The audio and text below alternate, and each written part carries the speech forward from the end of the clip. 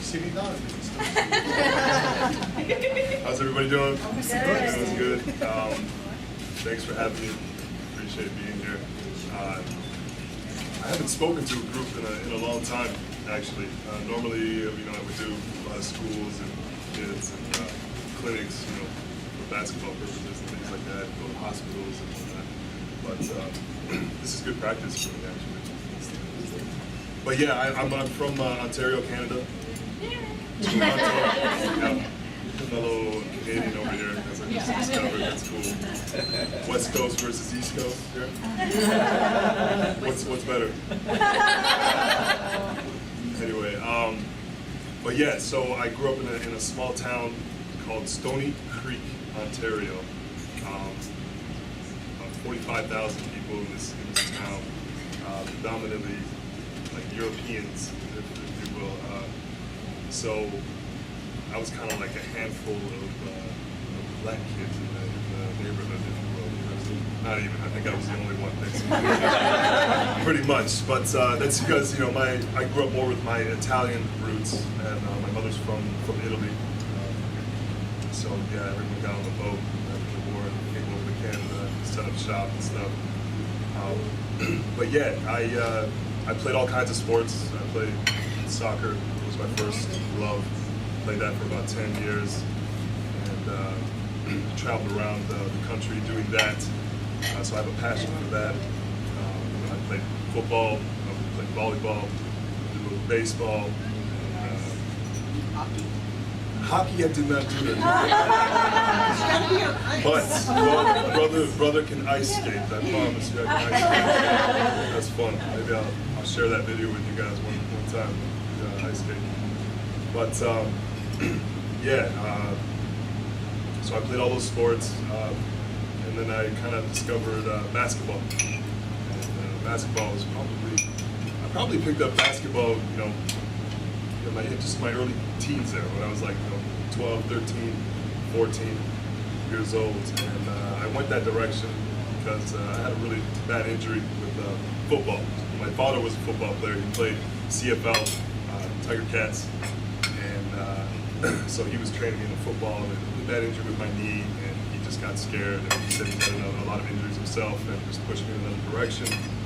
And basketball is kind of something that we focused on. So my father had a big influence on pushing me, and guiding me, and driving me to pursue this sport.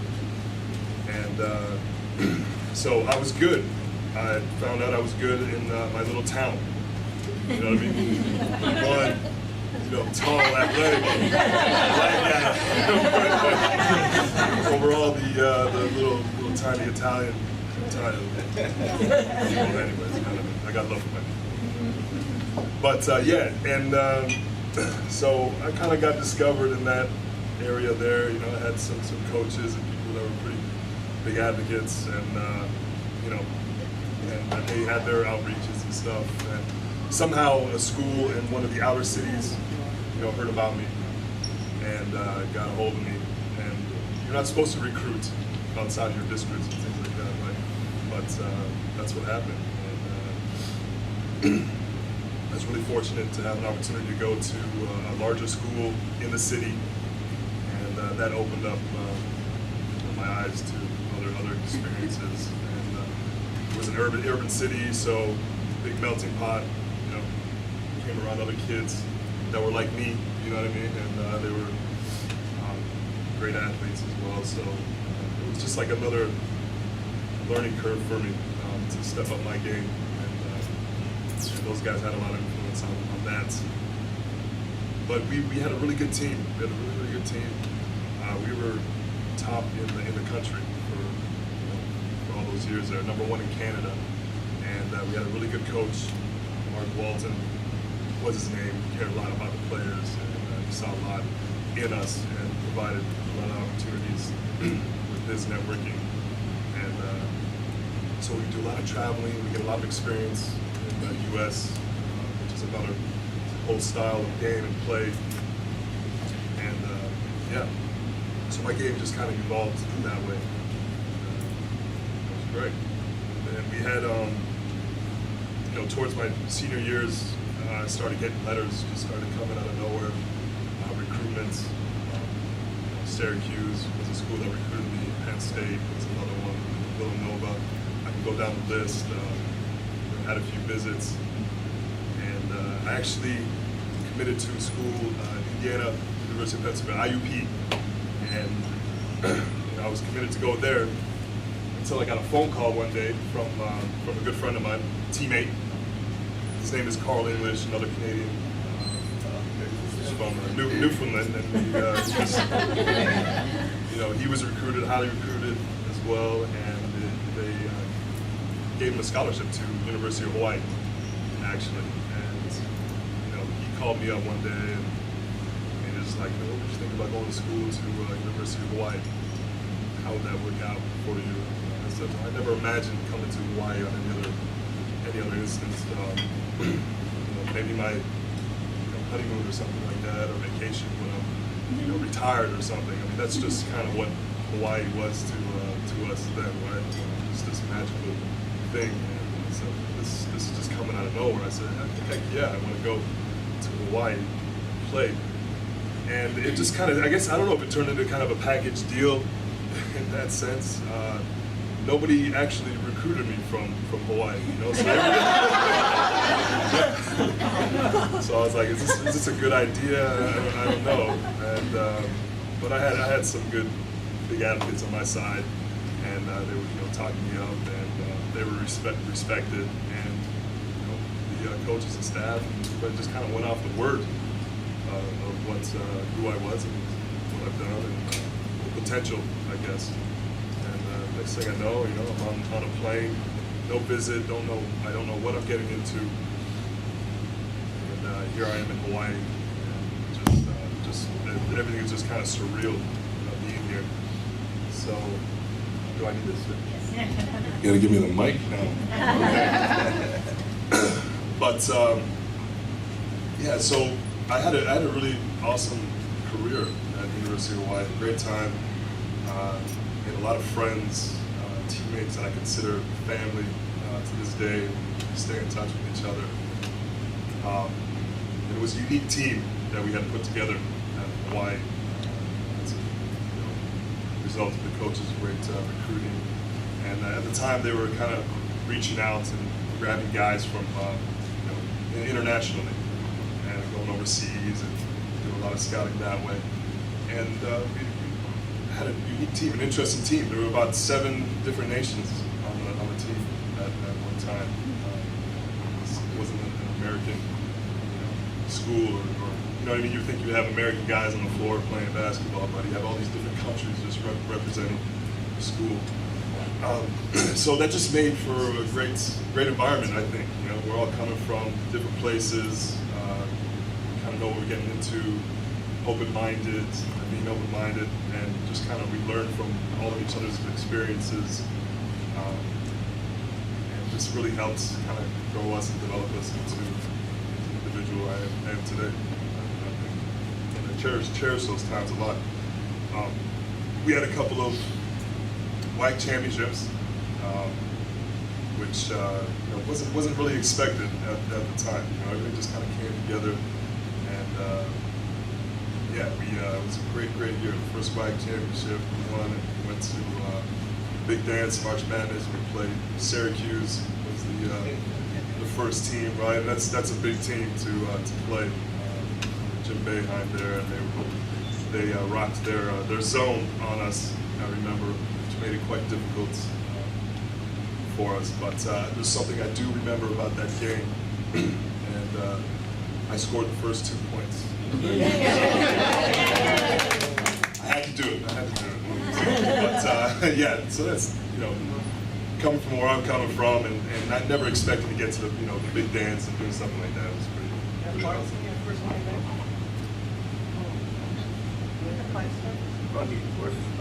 Yes. Nobody parked in the back. No, there's a list. Yeah, there's a list of people. Oh, what's that? Yes. Oh, that's the one. Coach Riley Wallace, yeah. Yeah, no, guys, feel free to ask me any questions. I mean, we can just kind of treat this as a discussion or whatever. I don't know, I might be going all over the place here, but yeah. Everybody can hear me? So, yeah, so that was great. We had the first WAC championship, and then the following year we did a back-to-back thing, which was really awesome. I'm really proud of that. We played Xavier was the first round, and we were actually, that year we were top 25 in the nation, and projected to go to second round, win this game. I recall we were up 15 at halftime. And we went into the locker room, and everybody was excited. We thought we had it in the bag, and going into the second half, things kind of got out of hand, and we ended up winning. But it's all about the experiences, and because of that, I have a couple of great rings, Hawaii championship rings.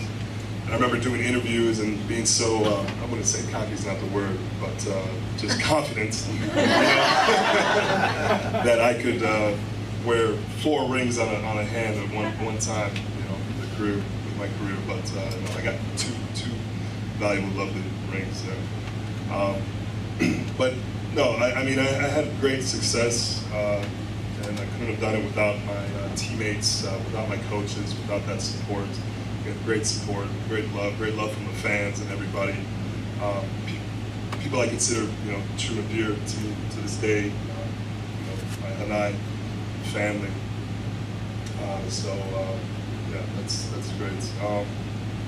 But no, after Hawaii, I mean, I had accumulated a bunch of accolades, if you will, and I recall I had top 10 in scoring,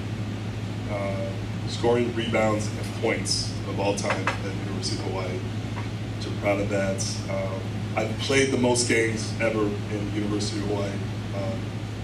Played the most games, won the most games, and started the most games. I can brag about this now, right? Because this is such a long time ago. I'm going to tell this story to my kids and grandkids and stuff. And I'm definitely going to tell them that they called me Iron Man for a little while because I just never missed a game, and I never got injured. And yeah, so I thought that was really cool to have the name Iron Man. It's probably not everybody knows that at all, right?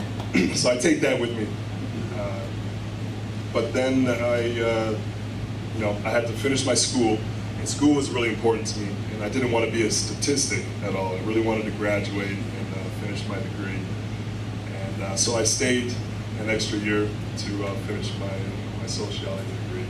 And I know that's the typical degree of the athletes that it seems like the easy route, but I truly found something in there, and it just kind of resonates with me.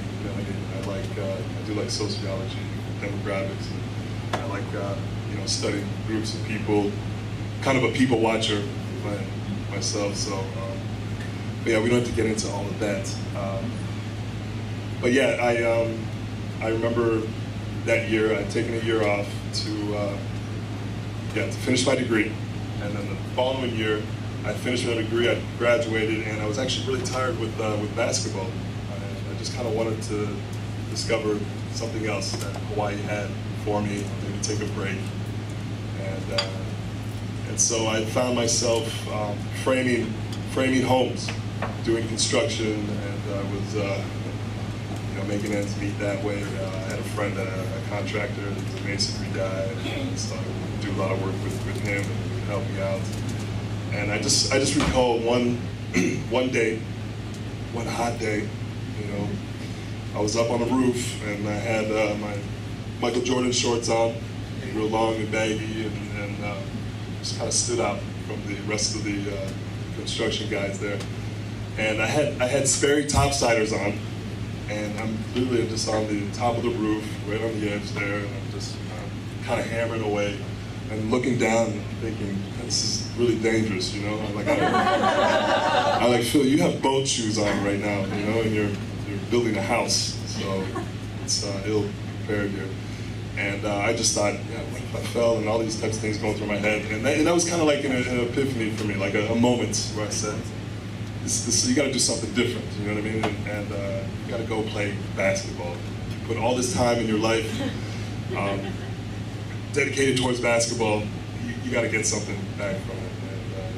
And so that was the moment that I decided I was going to make a run for a professional career playing basketball. And I really wanted to play in Italy, is where I wanted to play, just because that's my roots. I'm half Italian, my mother's from Italy. I didn't say that yet. My father's from upstate New York. And so Italy just was a place I wanted to play, to represent, and I would have been proud to do that. Yeah, so I think I took it upon myself to just kind of pack my bags. Well, I called some friends, I called some agents, and I said, I want to play basketball. Let's do this. And when a friend said to me, or the agent at the time was just like, well, Phil, nobody knows who you are anymore. You know, you've been out of the game a couple of years, you haven't played any organized basketball at all. Like, I can't just send you in there, nobody would take a chance on you, take a shot on you. And I never thought about that. I didn't know. I just thought, man, I played basketball my whole life. I can still play basketball. You know what I mean? Like, it's nothing's changed at all for me. But I just never thought about those questions there. And you know, it made sense. And I just kind of packed my bags and went to Syracuse because I found out they had a Lega Due camp, which is an Italian camp, and a lot of GMs and coaches and from all over the world, Germany, Spain, different places, and it's a place where you go and you just kind of showcase yourself to to everybody, and that's basically what I had to do. So I trained really hard. I went to that camp, and I did really well. I thought it was going to be, honestly, I thought it was going to be really, really difficult, but for whatever reason, that group, I just kind of excelled and stood out. And just a few days into the camp, you know, started getting some recognition and requests and things like that. And I found myself with an agent towards the end of the camp there, and I couldn't choose who my agent was. It was my coach, anyways, at that time. Yeah, he just thought I could play, but he knew somebody. He was like, "Don't worry, I'll take care of you, this, that," and just kind of rushing me into this and stuff. And I found myself, I had an agent. Her name was Ishka. Yeah, Ishka from Germany. And I said, "Where is Ishka right now? Can I talk to her? Can I meet her? You know what I mean? Does she know what she's getting into here and stuff?" And it was like, "No, she's not here at the camp. She's in Germany." And so I it's just, I couldn't meet this person. I couldn't get comfortable at all. And, it didn't seem like the right way to do it. But it definitely just got me into the doors.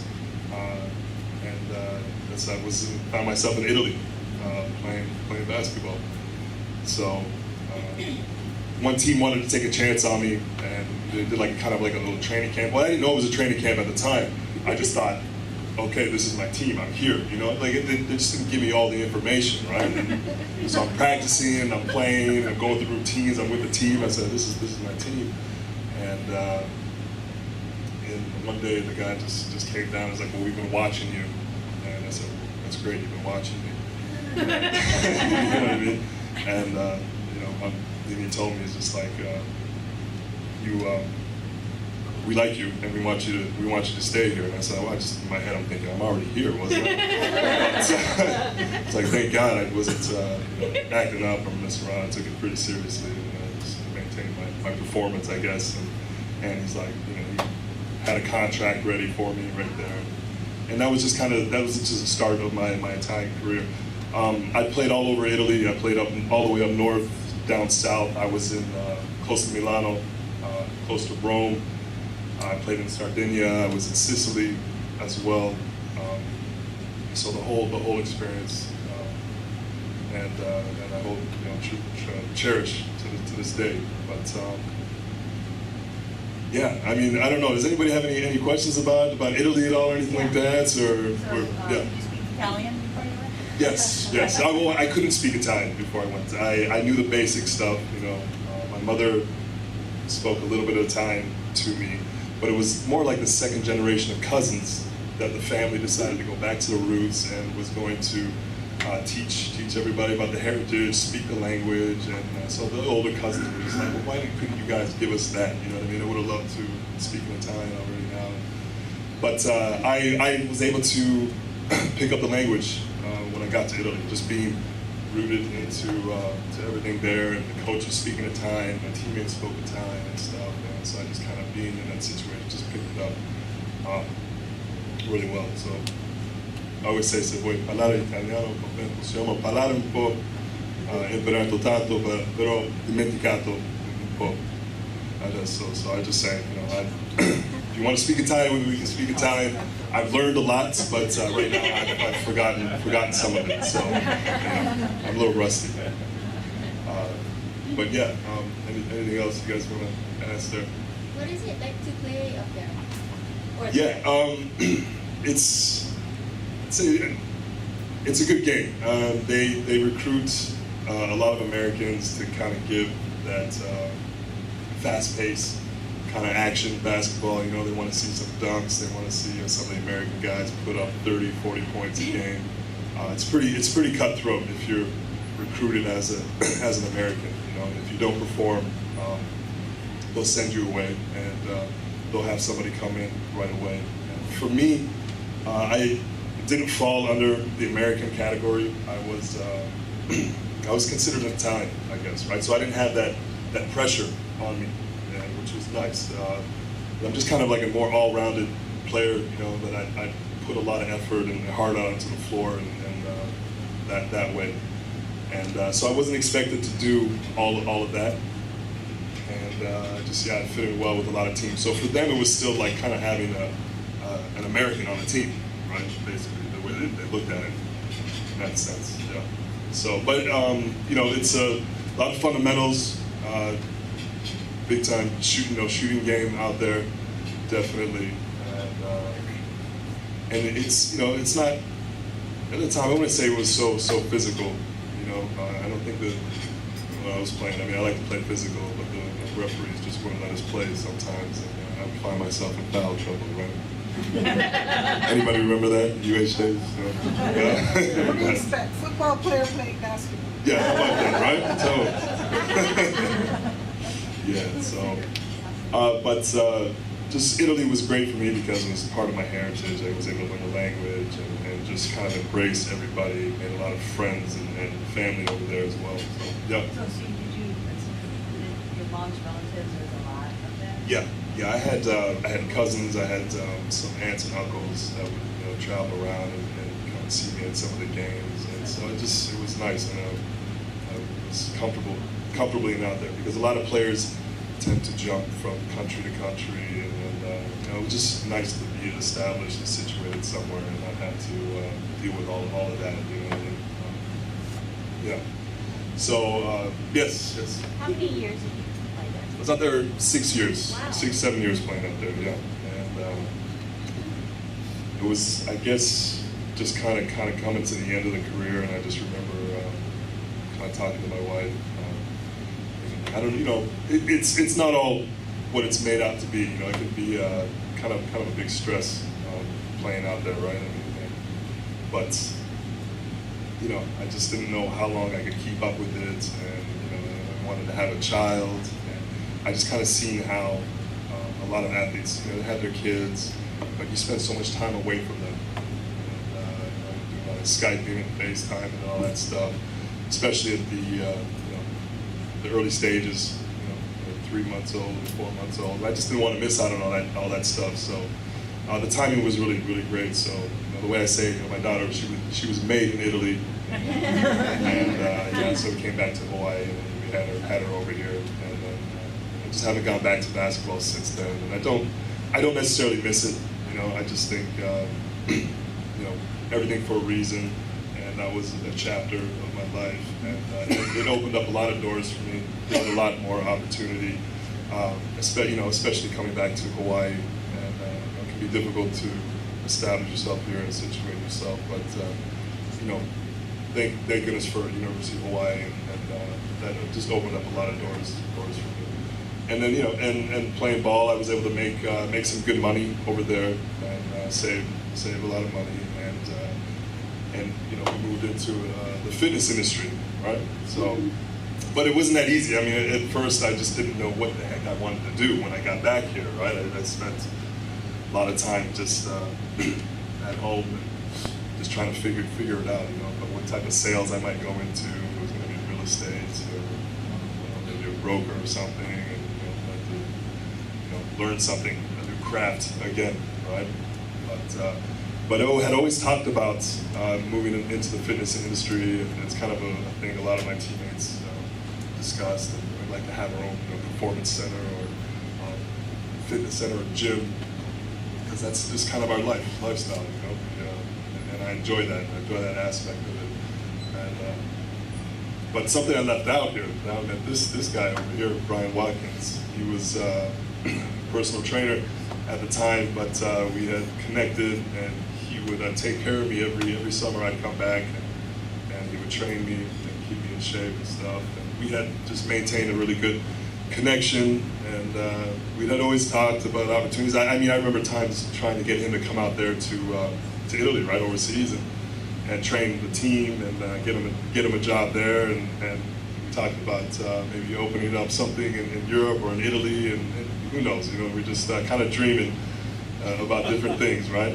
And like I say, you throw enough crap at the wall, there something's going to stick eventually here, right? And, yeah, so that crap is happening over here.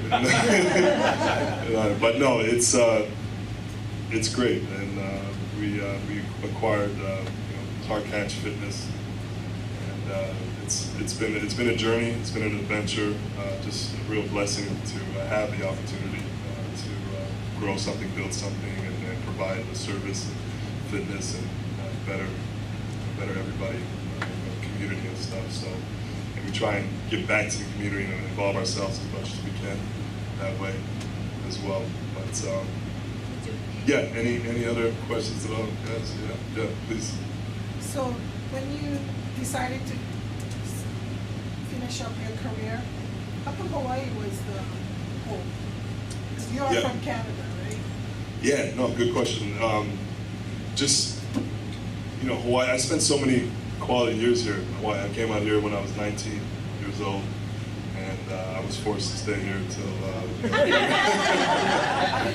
for a few years. So I always looked at it. Anybody who came to University of Hawaii men's basketball team to play, generally they were always JUCO, junior college transfers, and they come and they stay for 2 years, and they got to go after that, right? And I was a true freshman, recruited that way. And so I was here to live out, play out my years here, right? And just made a lot of friends, a lot of networking. Just really rooted myself here. As quality, those years of my life are pretty crucial, right? So yeah, and then I had a girlfriend, right? So she's from here, and Erica, Lum at the time. She's a Martin now. But yeah, she's we've been good together a long time, and of course that was a big reason why I came back to Hawaii for that as well. Yeah, I did make my way to Canada for a brief moment after my career and stuff, but just going out my career during college. But it just made sense to come back and continue and make Hawaii home base.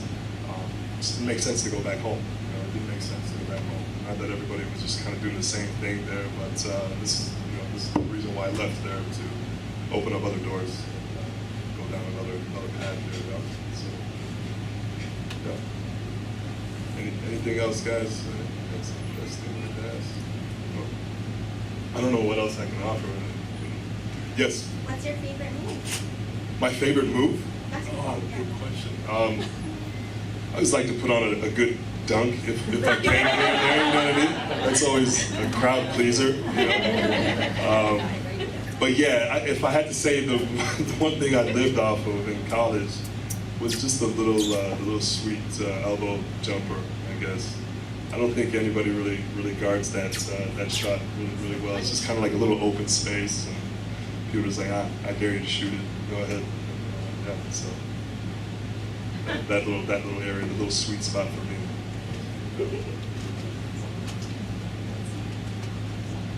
What's that? So how's your 3-point? Yeah, well, that's come a long way since since college days. You know, I remember chucking up some threes and getting in trouble. But it's one big thing. The coaches in Italy would always work on everybody with the 3-point shooting skill. So I would always do a lot of drills that way. And I was hitting more threes in my professional career than I was at the University of Hawaii. So yeah. So what position did you play? I played center in Italy. I played power forward as well. But I just kind of got typecasted that way. You know, the team that I had, and we had some larger opponents, and I just, you know, could move my feet really well, and kind of could handle those tasks. And I remember guarding, you know, 7-footers, and the guys were 7'1", and just you know, twice my body weight. Kind of a lot of wear and tear on me, but yeah, that's I'm about 6'7", 6'8". Just a couple questions. Yes. How long did you play in Italy, and what was the name of your team? So I wasn't just with one team, but the one team that I'm most proud of, I would say, is Pepsi, because and that was a big sponsor So we you had. played pros in Italy for what, like 6 years? Yeah, yeah. So what You know, years are we talking? we're talking 12 to, excuse me, 07, 06 to 13. Yeah, around 13. Yeah. But Pepsi, go ahead. You mentioned Carl English. Whatever Yeah. happened to him? Carl he's still playing now. He's still getting contracts. He's doing really well. He did really well with his career. He spent a lot of his years in Spain playing basketball. Yeah, and then he was a big part of the Canadian national team as well. So, you know, we crossed paths through that avenue from time to time. But yeah, he did really well for himself in Italy. Well, I mean, Spain. Excuse me.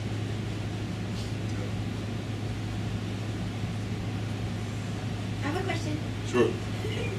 So, the thinking that you do when you're, as you grow or go to each different level, how is what you finished off with? How is that thinking of how you're playing, the mentality? Mhm. How is it different from when you're younger? Is there a difference when you go from college to? Yeah. Oh, from college to pro. Yeah, definitely. I mean, Like, how did you find that? each tier is just you know, a little more competitive, right, than the other.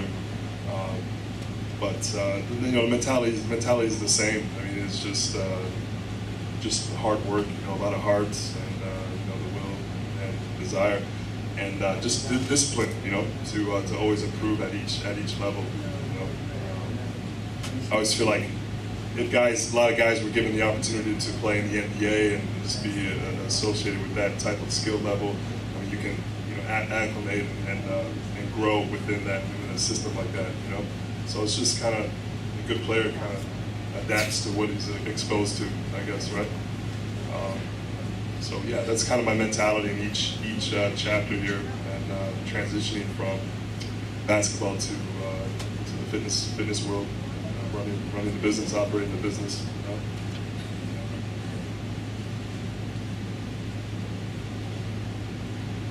Hope that was okay, guys. I mean, I didn't really prepare much, but thank you. All right, I appreciate it. Thank you for having me. All right, thanks a lot.